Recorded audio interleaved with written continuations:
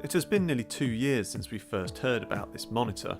Heir apparent to the gaming monitor throne, the Asus PG27UQ packs in just about every high-end monitor feature you could imagine. It has a 4K resolution, a 144Hz refresh rate, it uses an IPS panel, it has G-Sync, and it can do HDR thanks to 384 independently controlled backlight zones and true 10-bit colour processing. It's a bonkers spec list, and sure enough it comes with a bonkers price to match.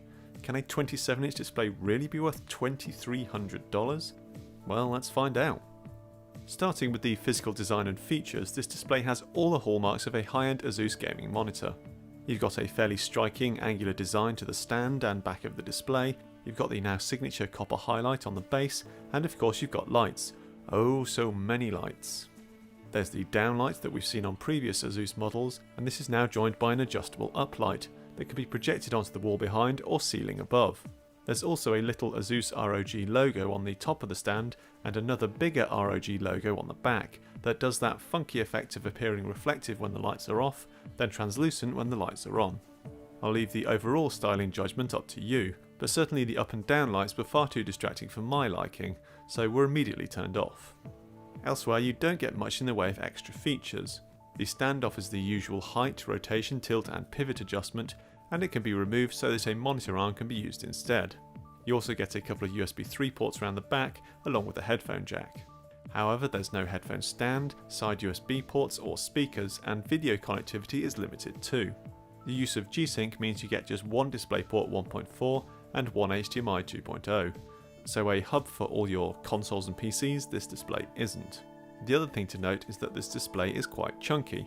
The sophisticated 384 zone backlight means the whole panel has to be quite thick, and the bezel isn't of the low profile or hidden variety.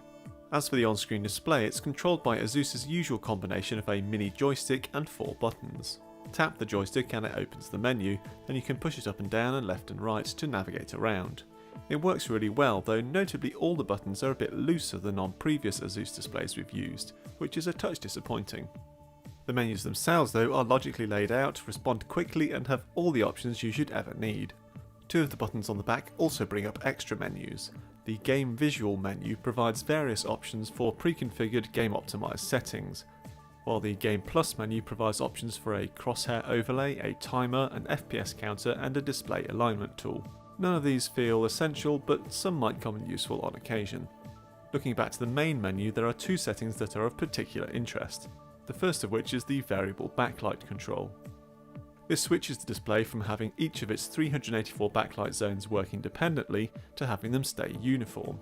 Why would you want this?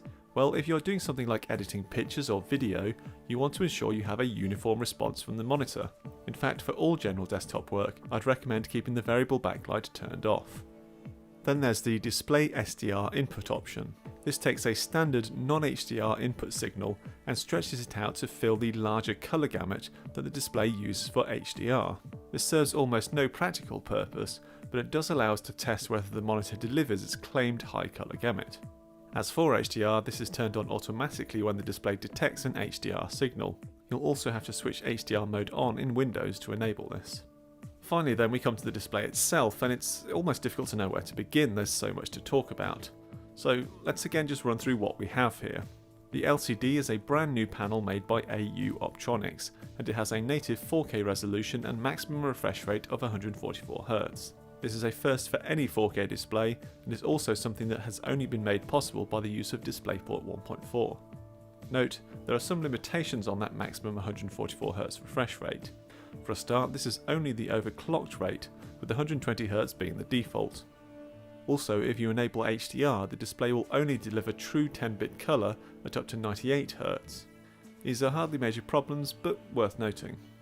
Behind the LCD panel sits an array of 384 LEDs that can be controlled independently in order to create a greater contrast between the brightest and darkest parts of the image. Typical LCDs only have a contrast of around 1000 to 1, whereas HDR aims for 10,000 to 1. So the LCD needs a variable backlight in order to get close to this. The likes of the Samsung CHG90 also had a variable backlight, but it only had 6 zones. The step up to 384 is what makes this display so expensive and what makes its HDR so much more compelling. HDR isn't just about contrast though, it also has an extended colour range. Now, HDR standards vary, but in essence, while normal video, games and displays stick to the sRGB colour gamut, HDR expands this to 90% of the larger DCI-P3 colour gamut. This is achieved here by the use of quantum dot colour filters for the red, green and blue subpixels, instead of more conventional coloured filters. Thankfully for non-HDR stuff, the colour gamut of the display can be turned down to normal sRGB levels. So that's all the technical stuff out the way, but of course the key question is, how does the display perform? And as you might expect, it's pretty impressive. Switching off the variable backlight, extended colour gamut and HDR, and we just have a very good quality 27-inch IPS display. It has good viewing angles, colour reproduction is excellent, the uniformity of the display is decent, and you get a native contrast ratio of 1100:1, which is about as high as IPS LCD displays go. So for all your normal day-to-day desktop work, this display is just about as good as any other top quality 27-inch monitor. Except of course here you get a 4K resolution, which comes with its pros and cons. The pros are fairly obvious in that everything looks amazingly sharp, from video and images to games and even the thumbnails you'll see on sites like YouTube. Fire up a high quality 4K video in particular, and the incredible amount of detail brings an almost 3D-like depth to the image. However, the downsides are that with this being only a 27-inch display, you'll have to use Windows scaling to make things a readable size, which in turn means you don't get a larger desktop area than any other 27-inch monitor.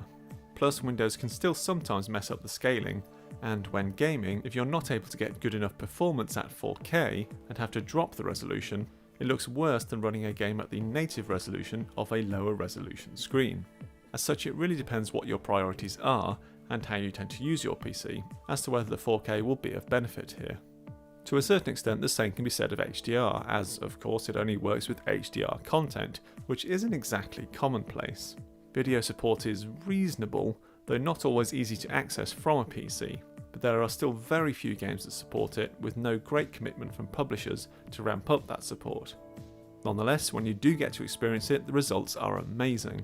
The huge leap in contrast adds so much dynamism to video and games. Explosions leap from the screen while the inky blackness of night or the darker depths of a dungeon aren't spoiled by the greyness of a normal LCD backlight. Meanwhile, the extended colour range of HDR, while often slightly more subtle, can really shine in certain instances too. Watching dazzling green foliage on a bright sunny day, and it makes you realise what conventional video has been lacking all this time. What's more, you still get much of the benefits of HDR in normal non-HDR content, just by having the variable backlight on. Black bars above and below video are actually black rather than grey, and just generally you get more of that depth. The one thing to note though is that this display can't really do justice to things like stars or fireworks against a night sky.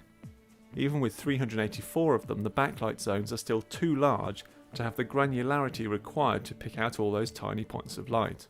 Overall then, the PG27UQ is an interesting beast. On one level, it absolutely lives up to the hype in terms of being the single best 27-inch gaming monitor you can buy. The combination of 4K and HDR looks amazing, while core image quality is fantastic and gaming performance is right up there as well. It's just that for such a high price, it feels like a bit of a jack of all trades and master of none. Sure, it's the master of HDR for any gaming monitor right now, but for instance, if you're after the ultimate competitive gaming monitor, far cheaper, lower resolution models technically outperform it. Meanwhile, 4K feels somewhat superfluous on such a relatively small display. Indeed, larger and particularly ultra-wide displays seem like a much more natural fit for watching HDR video, providing that really immersive HDR gaming experience. Plus, larger displays get you a bigger desktop area. As such, it strikes me that a far more compelling debut for such high-end HDR technology should have been with an upgrade to the 34-inch ultra-wide PG27UQ. Just add HDR without even upping the resolution or refresh rate, and you've got a really tempting proposition.